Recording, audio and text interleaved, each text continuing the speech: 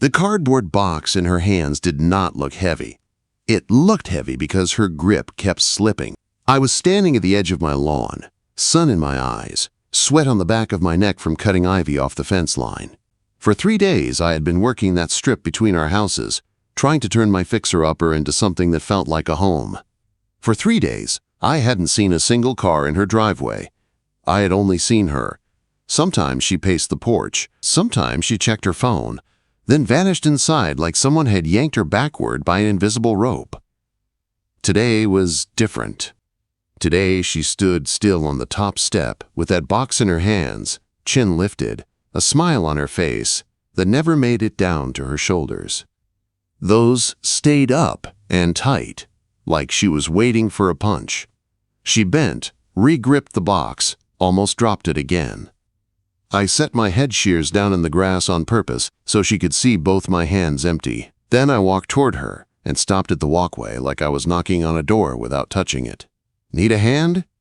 I called. Not loud, just enough to reach her. She jumped anyway. Her head snapped toward me. Dark waves of hair shifted over her shoulder. She was late 30s, polished, that kind of beauty people assume comes with a wall around it.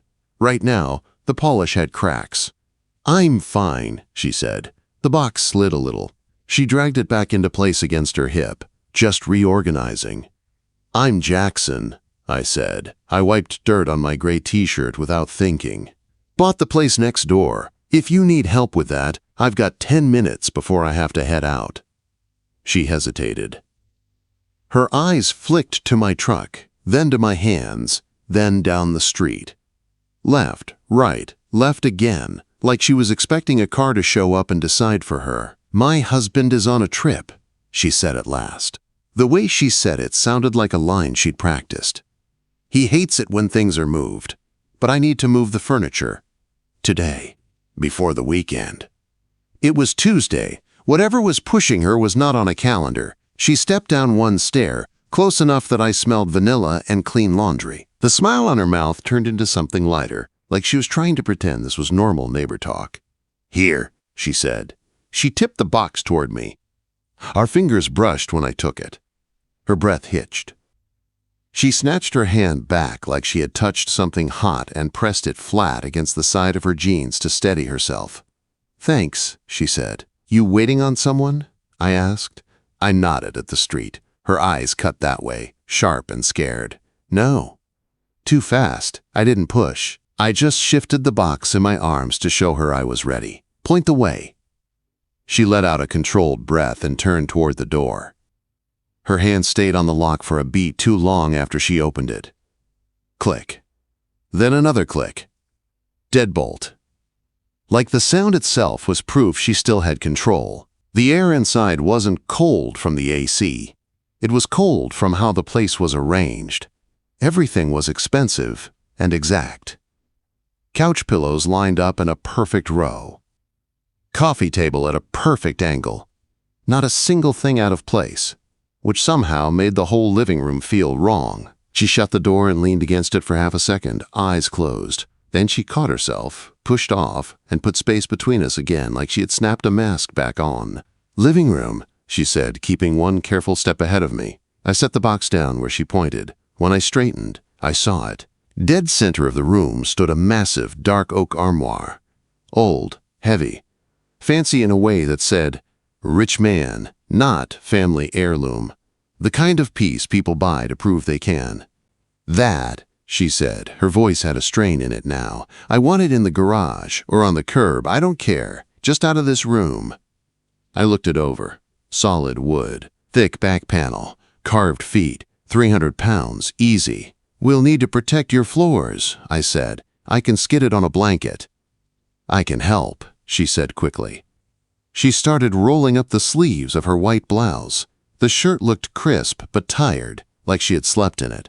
There was a plain white tank top under it, dark jeans on her hips. Practical, not dressed up. She tugged at the hem like she was bracing for a meeting. "No," I said, calm, firm. "You get doors. I'll handle the weight." I levered the armoire forward with a grunt. Wood groaned. I slid a folded blanket under the feet. When the cabinet tipped, the wall behind it showed. Fresh drywall patch. A rough oval of new compound, right at head height. Too new, too rushed. Elena saw it too. Her jaw tightened, her fingers curled against the seam of her jeans. Her hand shook while her chin lifted like she was trying to act like it meant nothing. "He bought it," she whispered. Not to me, to herself. Not for me, for the room. He loved that thing. "It's ugly," I said. She blinked fast. Then a real smile broke loose. Tiny, but real. "It is," she said, like she had been waiting years to hear that. I got the armoire moving, step by step. She went ahead, opening doors, checking hallways before crossing them, pausing at windows to peek out. Every movement was controlled, like she didn't want the house to hear her. By the time I shoved the armoire into the garage, sweat ran down my spine, and my arms felt like lead. She hovered near the doorway, but never in my path. When I walked back into the living room, she was at the front window, lifting the curtain just enough to see the street, then dropping it. "You should go," she said without turning around. She checked her watch. 5:45. "He calls at 6, I said quietly. Her shoulders tightened. She didn't answer, but she did not ask how I knew. I had spent 3 days cutting ivy and watching patterns. Lights, shadows, pace. I gave her space. "I'm right next door," I said. "If you need anything, you yell." She nodded once, a hard little jerk like it hurt. I let myself out. Back at my place, I ignored the text from my buddy about beer and invoices. I showered, pulled on a clean gray shirt, and sat on my front porch as the sun slid down. At 6 on the dot, her kitchen lights snapped on. Through her thin curtain, I saw her silhouette pick up the phone. She stood stiff, one hand gripping the counter edge, the other holding the receiver like it weighed 40 pounds. She didn't move much. The call went on and on. The line of her shoulders got tighter, not looser. I stayed where I was, hands around a cold bottle I didn't drink, listening to crickets and the far-off sound of a truck down the road. 3 days later, I was in my backyard framing a deck. The steady thwack of my hammer against wood was the only sound that made sense. Measure, cut, nail, repeat. Work is simple. People are not. "You start early," a voice called. I looked up. She was at the fence line, wearing oversized sunglasses and a light scarf even though the day was warm. She carried 2 mugs in her hands like they were an excuse to walk over. I set my hammer down and crossed to the fence. "I made too much," she said, lifting 1 mug. "Coffee?" "Caffeine is my love language," I said. She almost smiled. Our fingers brushed when she handed me the mug. She pulled back fast and wrapped both hands around her own cup like a shield. Her eyes drifted past me, over my half-built deck, to the garden behind her house. The beds were overgrown, edges dead and brown. It looked like a place that had been given up on. "I used to garden," she said quietly. I didn't rush her. I took a sip of coffee and waited. She adjusted her scarf. The fabric slipped just enough to show a faint yellow bruise at her collarbone. Old enough to be fading. New enough to still matter. Her hand flew up and fixed the scarf back into place in one smooth motion. Like she had done it before. I did not ask. If I pushed too hard, she would shut down or disappear, and I needed her to stay right here on this side of the fence. "I've got a surplus of hydrangeas coming in next week," I said. It was a lie, but a gentle one. Client overordered. I was going to toss them. "Your soil looks like it can handle them. Want them?" Quote. She studied my face like she was hunting for pity. She didn't find it. She just saw a neighbor talking about dirt. "Hydrangeas," she repeated. Her voice softened on the word. "I love hydrangeas." "Saturday," I said. "I'll drop them off. You tell me where to dig." She hesitated, then nodded once. "Saturday," she agreed. Her voice dropped. "If a silver Mercedes pulls in, you leave immediately." Quote. "Understood," I said, like we were talking about rain. Saturday came with a steady gray drizzle. I almost stayed in, figured the gardening was off. Then I saw her. She was in the yard anyway, thin raincoat, kneeling in wet soil, ripping weeds out like she was punishing the ground. I grabbed my tools and the shrubs I had gone out and paid full price for and headed over. "You're gonna catch a cold," I said, setting a bag of mulch under her porch awning. "I need to clear this," she said. Her voice was tight. "He said the yard looked like a disgrace. He saw it." I froze. "He's not here. How did he see it?" Quote. She pointed up toward the corner of the roof. A small black camera blinked a dull red. "He checks the feeds," she said. He called me screaming. Heat flared in my chest, hot and focused. I walked back to my truck, grabbed my ladder, and carried it over. "What are you doing?" she hissed. Her eyes jumped to the street. "Jackson, get down." "I'm fixing a leak," I said louder in case there was a microphone somewhere. I set the ladder and climbed in the rain, boots slipping once, hands steady. Up close, the camera line was clear, running through the soffit. Not cheap, not accidental. I cut the wire with my pliers and snapped the small lens off its mount. It swung uselessly.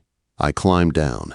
She stared at me like I had just committed a crime. "He'll know," she said. "The signal will cut."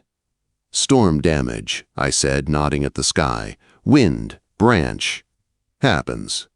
I stepped close enough that my body blocked her from the street. Rain drummed on her hood. Vanilla and wet earth filled the air between us.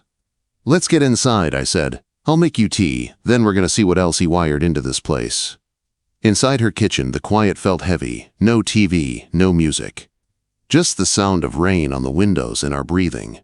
I set the tea kettle on the stove out of habit and walked back to the living room, patch of fresh drywall still on my mind. I had spent a lot of years tearing into walls. Bad repairs always meant something. "Start with what we know," I said. She frowned. "What do we know?" Quote. "That patch behind the armoire," I said. "It was new, too new for a room that looks like a catalog." Her hand went to the side seam of her jeans again, that nervous squeeze. "He got mad once," she said quietly. "He punched the wall, then he had someone fix it." "Maybe," I said. "Or he hid something and covered it fast." I crossed to the wall and ran my knuckles over the patch. The sound came back different, hollow in one spot, solid in another. I crouched down and looked at the outlet near the baseboard. If someone ran a line, it would enter somewhere. "Where is your breaker box?" I asked. "Garage," she said. "Back wall." "Good, we are not doing this with live power." We walked to the garage together. She stayed close, but not touching. I flipped the main breaker. The house clicked and settled around us. "No power," I said. "So if anything goes wrong, we get dark, not dead." Her laugh came out thin, but real, comforting. Back in the living room, I took a screwdriver from my tool belt and knelt by the outlet next to the patch. "Hold the flashlight on my hands," I said. She did. Her fingers shook a little, but the light stayed steady. I took off the outlet cover and pulled it forward. Behind the normal wires, I saw something else. A thin extra line, taped in, running upward where it had no reason to be. "That is not standard," I said. Her breath stopped. She leaned in, then pulled back like the sight burned. "What is it?" she asked. "Could be power for a small device," I said. "Could be a feed for a mic or a camera." Her face went pale. I followed the line with my thumb, feeling the direction, up, toward the ceiling, toward the hallway. "Smoke detector," I said. We moved into the hall. Plain white ceiling. One simple round detector mounted dead center. I took it down with 2 screws. Under the plastic, there it was. A small black module wired into the junction behind the plate. Not factory. Added. I held it in my palm so she could see. "This is not a normal detector," I said. She stared at it like it might bite her. "Is that a microphone?" she whispered. "Could be audio. Could be a recorder. Could even transmit." I said, "Either way, it is not supposed to be in your ceiling without your consent." Her fingers curled into a fist, then forced themselves open. She reached out and touched the module with one fingertip like she needed to feel it was real. "He has been listening," she said. Her voice was thin and steady at the same time. "In my own house." I met her eyes. "Not anymore." I showed her the sloppy splice in the outlet box. I put her phone in her hand and guided it so she got pictures of everything. Wires, module, patch. I held things in place while she took shot after shot. "Dates," I said. "Time. You keep all of this." She nodded like she was in a meeting again, taking orders she wanted. Then I snipped the extra line, capped the ends with real connectors, and pushed everything back into the box clean. No loose ends. No sparks. No drama. Power went back on with a flip in the garage. The lights came up like nothing had changed. But everything had. She met me in the hallway, hands wringing the edge of her blouse. "Why are you doing this?" she asked. "Because everyone deserves privacy in their own house," I said, "and because I don't like bullies."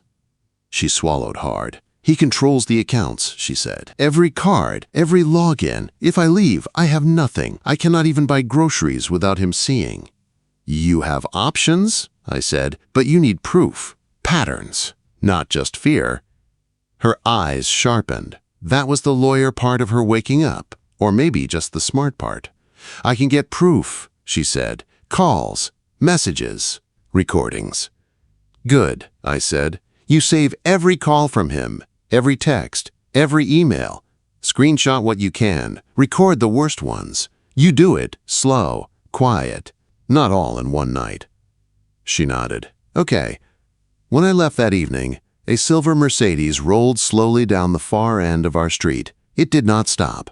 It just moved at a crawl, like it was counting houses, then turned the corner and vanished. I logged the time in my head and kept my face blank.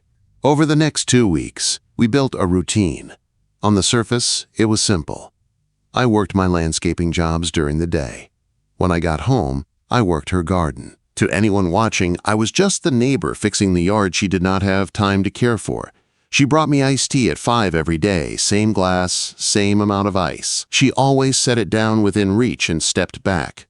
I did not drink it right away. I let it sit where she could see my hands empty.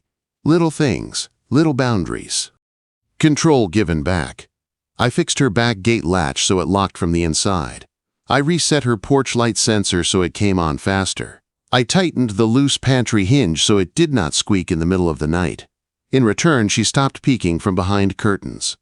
She started looking out her windows with her chin up like the street was a problem, not a threat. One evening, I was installing a simple slide bolt on a basement window when she came out holding a folder to her chest. Her face was pale, but her eyes were alive. "I sold a painting," she said. I looked up. "Yeah?" "Online," she said. "Old account. He does not know about it. It is not much, but it is something." "How much something?" I asked. "Enough for a lawyer retainer," she said. "A real one," my friend recommended her. She said the word shark with respect. "That is a big step," I said. She let out a breath like she had been holding air for years. "I am tired of whispering in my own kitchen," she said. She took a small step closer to me without seeming to notice. The air changed. Her gaze dropped to my mouth for half a second, then snapped back to my eyes. She caught herself and stopped there.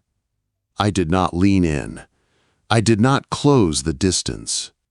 "Get the shark," I said. My voice came out rougher than I meant. "Do it right. No shortcuts." She held my eyes for a long beat, then nodded. Slow. Decided. "I will call her," she said.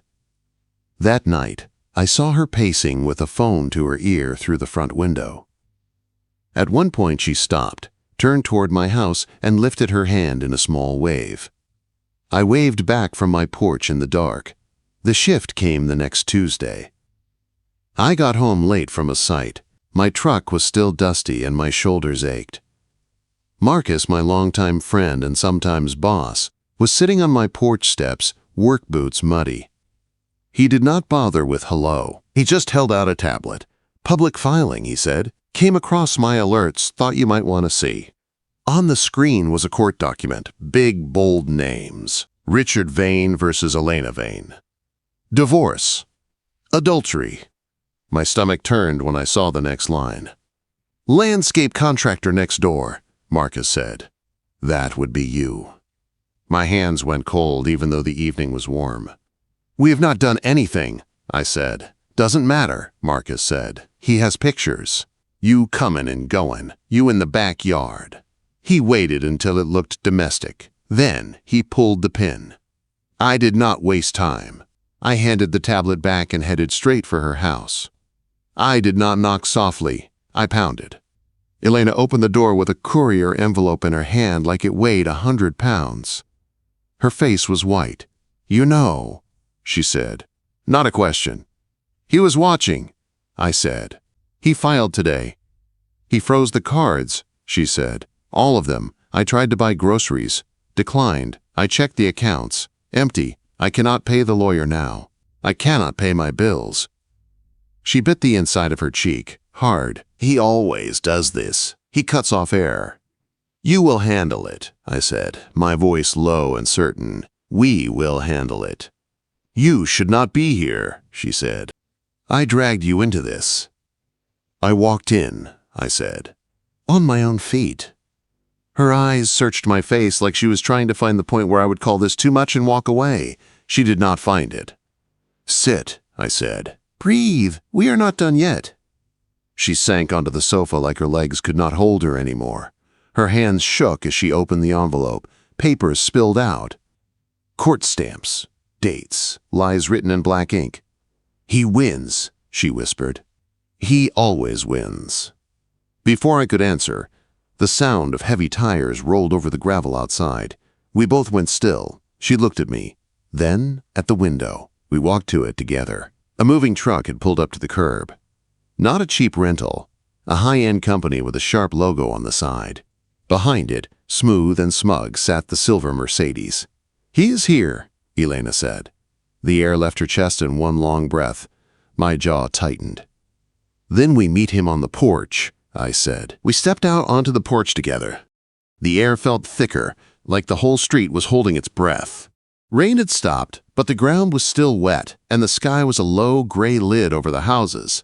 Richard got out of the Mercedes like he was stepping onto a stage he owned. Mid-50s, perfect hair, suit that cost more than my truck, smile like a knife. He gave me one quick look, then dismissed me like I was part of the scenery. His eyes went straight to Elena, slow and sharp. "Movers are here to collect my property," he said in a smooth voice. "Since you have been so careless with it." He waved a folded document in his hand. Two movers in company shirts stepped out of the truck behind him. They looked tired, bored, already over it. "Get off my property, Richard," Elena said. Her voice shook at first, then steadied on his name. She did not stand behind me. She stood beside me, fingers just brushing my forearm like she was reminding herself I was there. "It is marital property," he said. He took a step onto the walkway, and I have a court order allowing me to retrieve personal heirlooms to prevent damage by unauthorized guests. His eyes flicked to me again on the word guests. I walked down one step and put myself fully between him and the porch. Arms crossed, not puffed up, just solid. "The lady said leave," I said.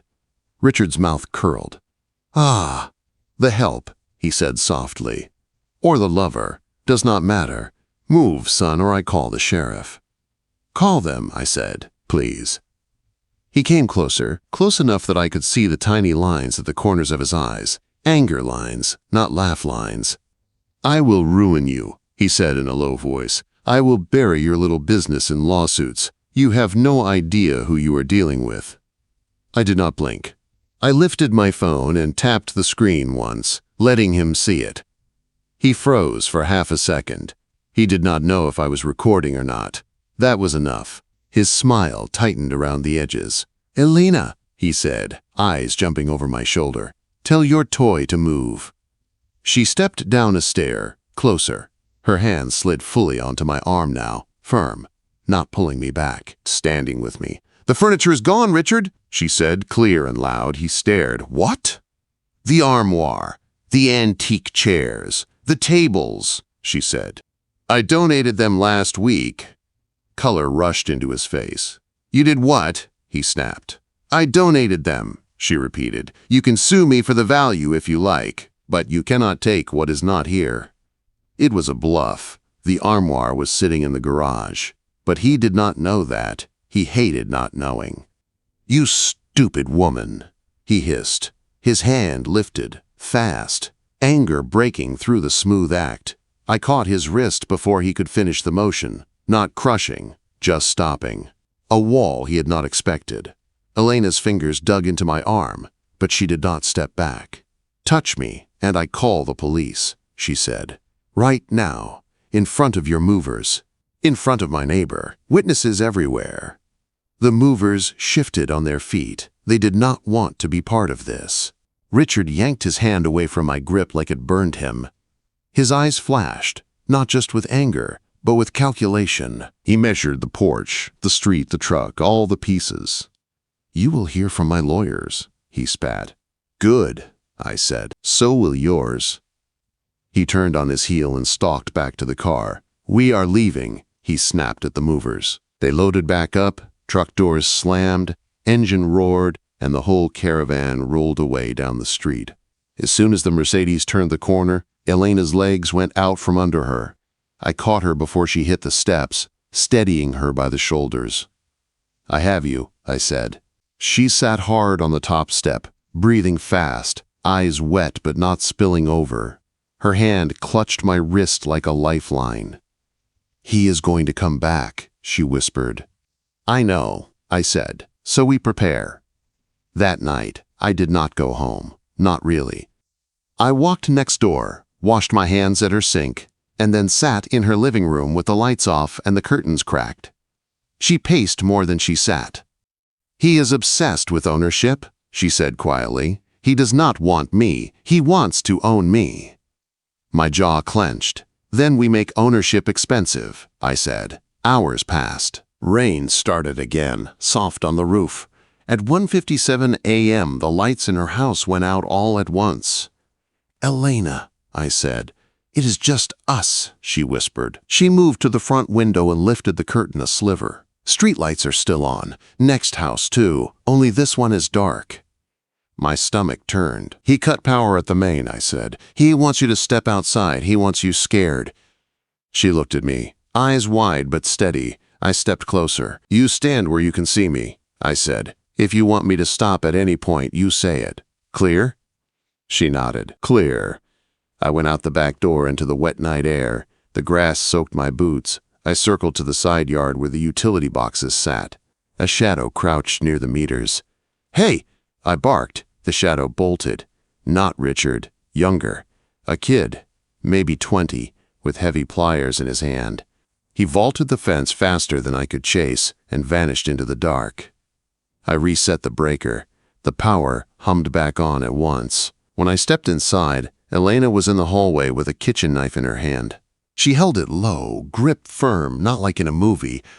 Like she meant it. Her hand shook once. Then she clenched her jaw and stilled it. "He hired a kid," I said. "Power cut, vandalism. He is getting sloppy."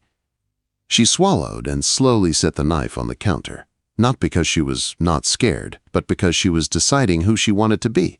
"I need to show you something," she said. She led me to the garage and pulled a tarp off the armoire. It stood there, big and heavy, right where I had parked it. "It is still here," she said. I lied. "I know," I said. I had never moved it off the blanket. "I want it gone," she said. Her voice was flat now. "If it exists, it is a rope he can pull. I want it gone for real." I looked at the cabinet, at the clean lines and heavy doors. "We do not burn it," I said. "Smoke draws attention. We break it down and haul it out in pieces." "Why not just hide it?" she asked. "Because if he comes back with a warrant and finds it, that makes you the liar," I said. "If he finds nothing, it is his problem, not yours." Her eyes hardened. "Then let's do it," she said. The decision was a click in the air. We grabbed what we had. Sledgehammer, pry bar, my work gloves. I set a drop cloth on the floor to catch splinters. I swung first, a hard hit to the side panel. The sound was loud and sharp in the garage. Wood split along a grain line. Elena flinched at the noise, then stepped forward. "Let me," she said.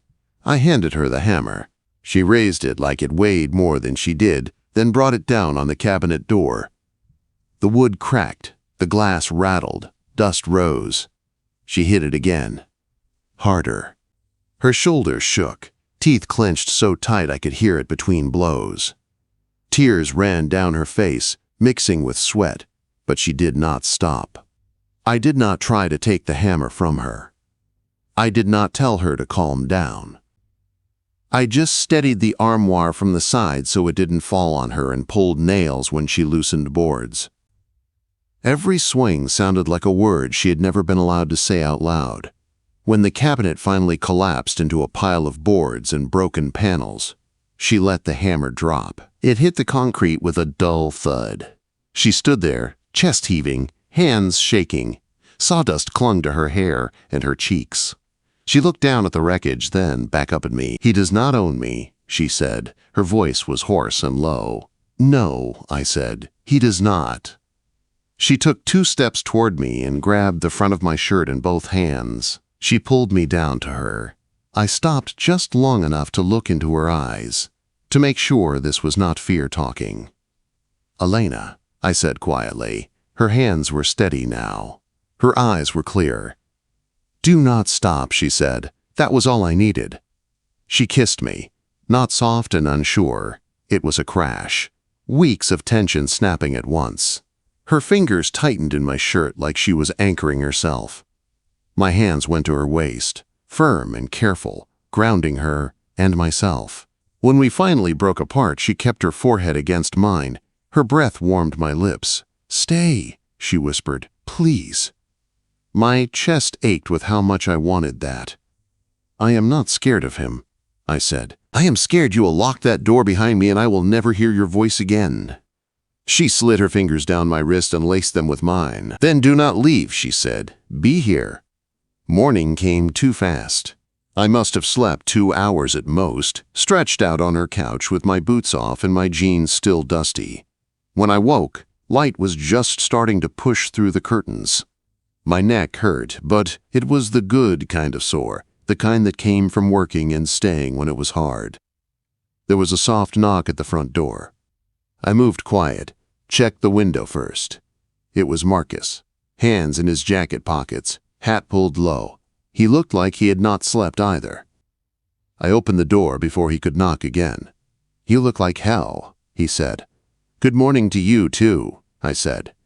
He stepped inside without waiting. His eyes went straight to the garage door like he could smell the broken wood. "I saw your messages last night," he said, voice low. "Power cut, Mercedes, kid with pliers. Thought you might need some muscle and a guy who knows how to make trash disappear." Quote. He held up a heavy-duty contractor bag in one hand and a coffee in the other. I took the coffee, we went into the garage. The pile of broken armoire pieces lay in the middle like a body we had already taken apart. It smelled like dust and old varnish. Marcus whistled under his breath. "That was a nice piece once," he said. "It was a cage," I said. He glanced at me, then at the wood again. "Fair enough." He did not ask what happened. He did what he always did. He got to work. He started bundling boards with twine from his truck, making clean stacks that would look like normal demo scrap in a landfill. Elena stood in the doorway to the house, hair pulled back, face still pale but steady. She watched him work, arms wrapped around herself. "Morning," Marcus said, giving her a short nod, like she was any other client. "Morning," she said. I went to the kitchen, washed my hands, and checked the fridge. It was almost empty. A couple of condiments, half a carton of eggs, not much else. I remembered her cards being declined. "I am making a grocery run," I said. "I cannot," she started, then stopped herself. "He sees every card charge." "I know," I said. I took cash from my pocket, counted it. It was not much, but it would cover basics. "I have this. You pay me back when you can, or you do not. Either way, you are eating." She looked like she wanted to argue. Then, she just nodded once. I hit the store as soon as it opened. Bread, eggs, soup, pasta, coffee, a few things that could sit on a shelf. Nothing fancy. I kept the receipt and folded it under one of the bag handles. When I got back, I set the bags on her counter. "Basics," I said. "Receipt is here if you want it." She touched the folded paper like it meant more than money. Outside, Marcus was tightening a ratchet strap over the bundled wood in his truck bed. "I will dump this with the job debris," he said. "If anyone ever asks, it came from a remodel down on Oak Street, not from here." "Thanks," I said. "Just add it to your tab," he said. You still owe me for the deck lumber." "Put it on my tab of gratitude," I said. He snorted. "Gratitude does not buy nails." Quote. He left with the load, tailgate shut, boards stacked under a tarp. The armoire was gone for real now. Next thing was the footage. A few days before, I had mounted a small trail camera on my side of the fence, pointed toward the side yard. It was for raccoons, if anyone asked. Really, it was for anyone who did not belong there. We pulled up the clips on my laptop at her kitchen table. One video showed the kid with the pliers moving to the meter box. Another showed a car idling farther down the block. Another caught the silver Mercedes crawling past, license plate clear in the frame. Elena watched each clip with her jaw tight. No tears, just focus. "This is good," she said. "This is something real." She pulled out her phone and lined it up next to mine. We copied what we could. We added the photos of the wires and the hidden module. Then, with her hand only shaking a little, she called the sheriff's office. By the time 2 deputies arrived, she was sitting straight at the table, hair brushed, blouse clean, coffee untouched in front of her. She did not look like a broken woman. She looked like someone who had decided she was tired of being pushed. She told them everything. The camera, the cut power, the fight on the porch where he raised his hand, the hidden microphone. She did not dramatize it. She did not underplay it. She just laid it out. We showed them the footage and the photos. I walked them to the side yard and showed them where the kid had been, where the line had been cut on the soffit, and where I had repaired it. The older deputy nodded along, making notes. "We have enough to move on a restraining order," he said. "And we will be paying Mr. Vane a visit about vandalism and utility tampering. Cutting power like that is not a joke." After they left, the silence in the house felt different, not empty, clean, like someone had opened a window. Lena went out to the porch swing and sat. I followed and leaned against the railing facing her. "The lawyer called," she said. "And?" I asked. She said, "Richard wants to settle," Elena said. "He does not want criminal charges or more police visits. He will give me the house if I let him keep the business assets, the hotels, the money." "Let him keep his money," I said. "You keep the sanctuary." She looked out at the yard, at the bare space where the armoire once sat, and at the garden where new green leaves were starting to push up in neat rows. "I am going to have a lot of empty space," she said softly. "I know a guy," I said, "builds decks. Might be able to build furniture, too."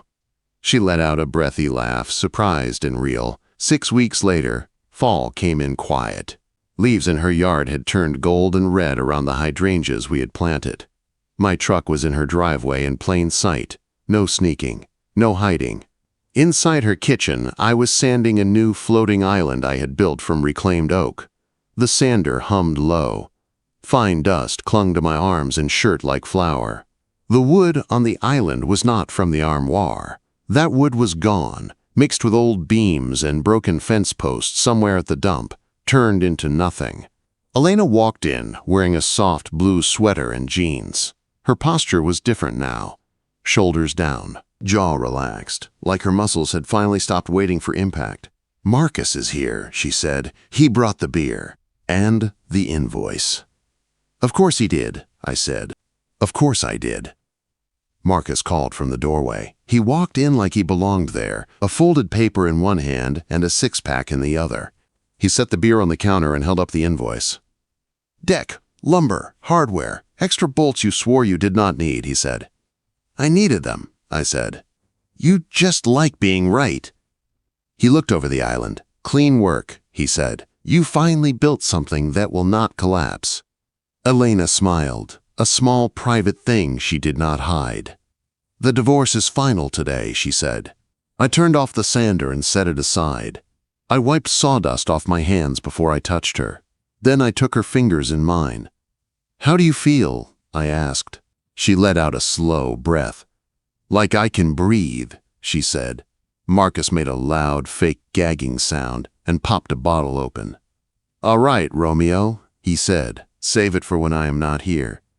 Elena rolled her eyes and laughed for real. Then she looked back at me, eyes soft. "Thank you," she said, "for helping me move the furniture."